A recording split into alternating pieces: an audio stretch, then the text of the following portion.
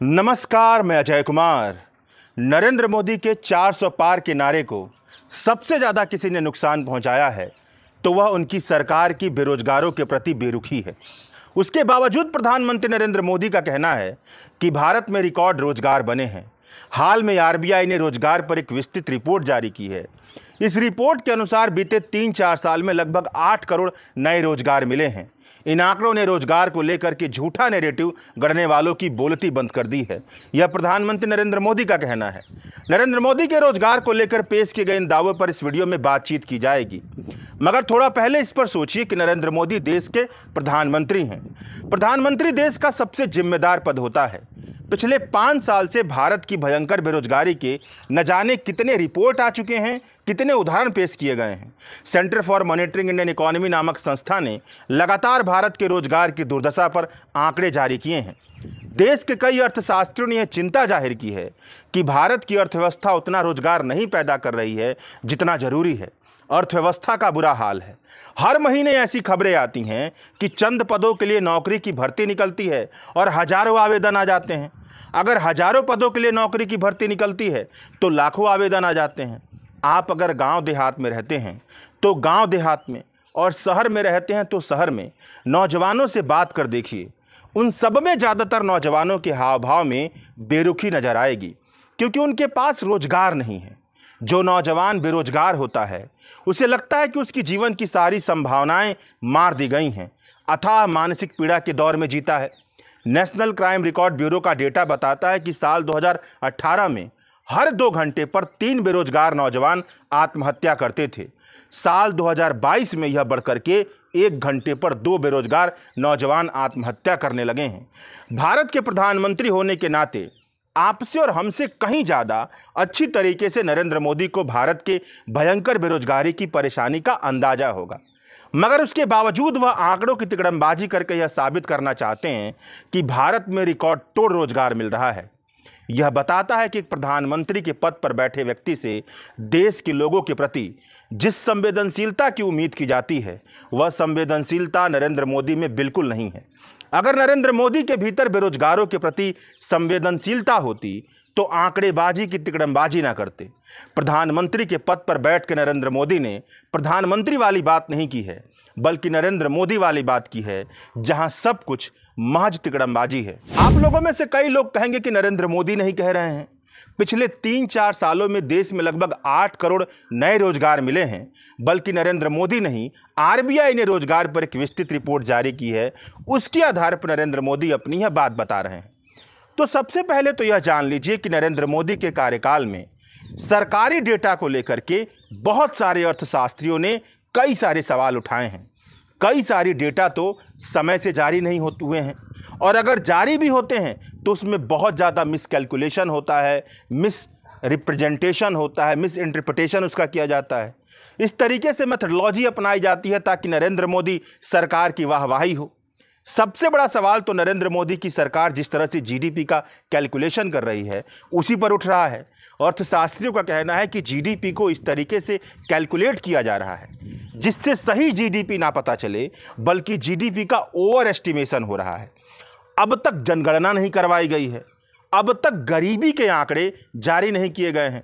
Consumption expenditure सर्वे सरकारी आंकड़ों की दुनिया में बहुत ही महत्वपूर्ण आंकड़े माने जाते हैं। इन आंकड़ों से यह पता चलता है कि कंजप्शन का आधार पर भारत के लोगों का आर्थिक हालत क्या है। इन आंकड़ों की मेथडोलॉजी पर भी अर्थशास्त्रियों ने सवाल उठाया है।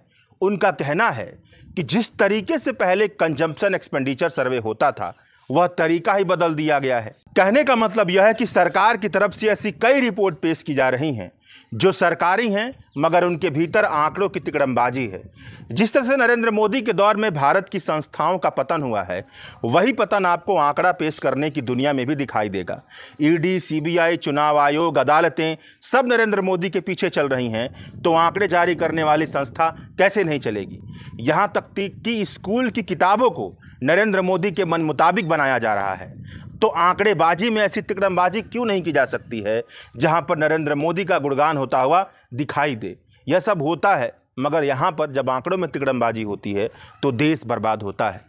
जहां तक बात रही आरबीआई रिपोर्ट के आधार पर पिछले 3-4 साल में 8 करोड़ रोजगार पैदा हुए हैं, इस पर बात करने की, तो इससे पहले यह जान लीजिए कि भारत में रोजगार की हालत क्या है।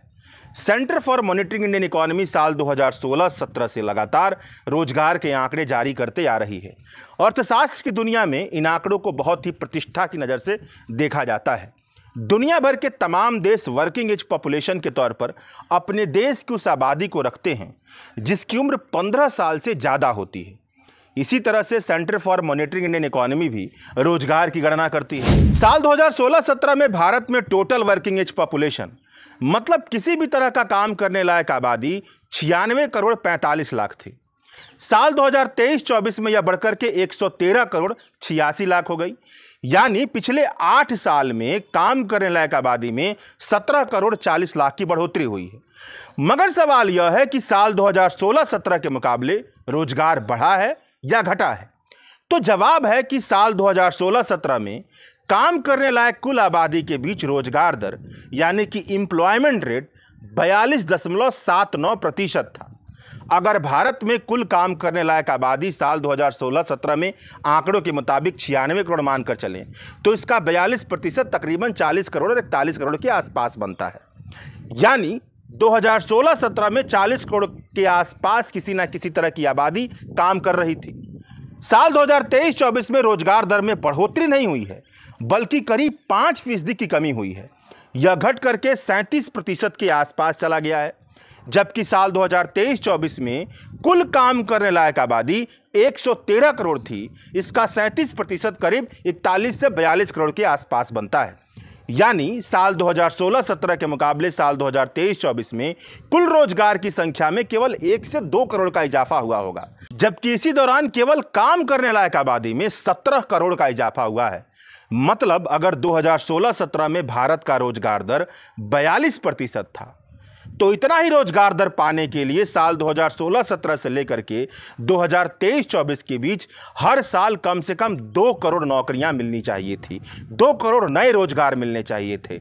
तब यह बात कही जाती कि 2016-17 के रोजगार के हाल के बराबर भारत का 2023-24 का हाल है। यह कहने के बाद भी यह बात समझने वाली है कि जिन देशों में कुल काम करने लायक आबादी के बीच रोजगार दर तकरीबन 57 से 60% के आसपास बना रहता है, वहां कहा जाता है कि रोजगार दर अच्छी खासी स्थिति में है। इस लिहाज से देखें तो भारत का जो रोजगार दर है वह 37% के आसपास बना हुआ है। यानी कि भारत में बहुत बड़ा बेरोजगारी का समंदर तैर रहा है। अब बात करते हैं कि आरबीआई के उस डेटा को जिसके आधार पर नरेंद्र मोदी ने कहा है कि पिछले 3-4 साल में 8 करोड़ रोजगार मिले हैं। तो उसकी सत्यता यह है कि आरबीआई रोजगार के आंकड़े इकट्ठा करने का काम ही नहीं करती है। आरबीआई ने रोजगार पर जो जानकारी पेश की है उसके आंकड़े पीरियोडिक लेबर फोर्स सर्वे के आंकड़ों पर आधारित हैं। अर्थशास्त्री संतोष मेहरोत्रा बताते हैं कि इसी पीरियोडिक लेबर फोर्स सर्वे के आंकड़ों का एक्स्ट्रापोलेशन और इंट्रापोलेशन करके आरबीआई के रोजगार के आंकड़े प्रकाशित होते आ रहे हैं।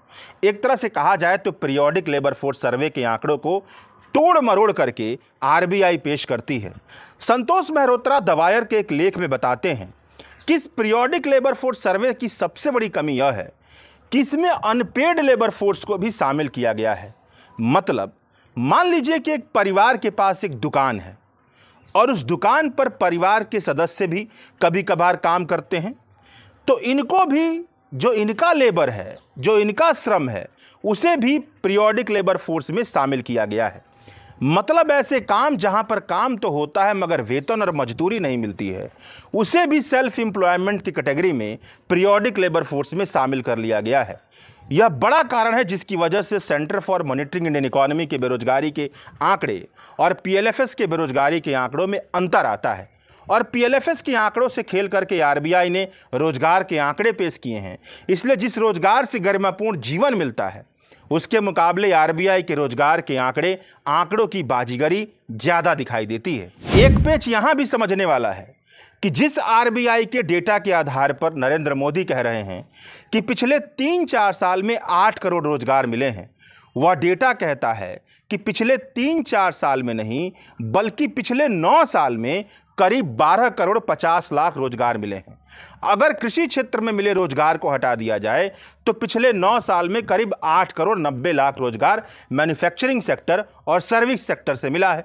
यानी पिछले 3 से 4 साल में 8 करोड़ रोजगार की बात अगर नरेंद्र मोदी कह रहे हैं तो संभव है कि वह इस रोजगार में कृषि क्षेत्र को भी शामिल करके रोजगार को बता रहे हैं, जबकि तमाम प्रतिष्ठित अर्थशास्त्री कहते हैं कि रोजगार की गणना करते हुए भारत में कृषि क्षेत्र के रोजगार को शामिल करना उचित नहीं होगा।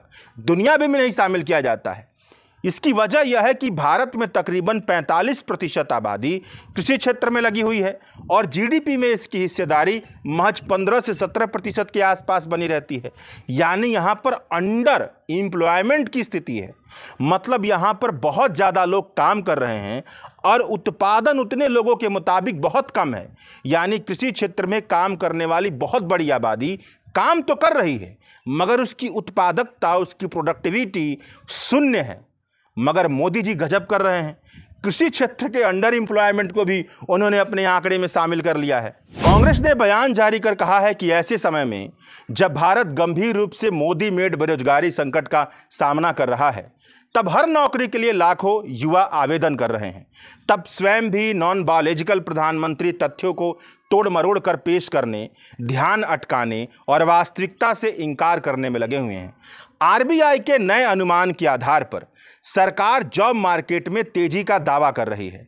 स्वनियुक्त परमात्मा के अवतार ने खुद यह दावा किया है, मतलब नरेंद्र मोदी ने दावा किया है कि अर्थव्यवस्था ने 80 मिलियन 8 करोड़ नौकरियां पैदा की हैं।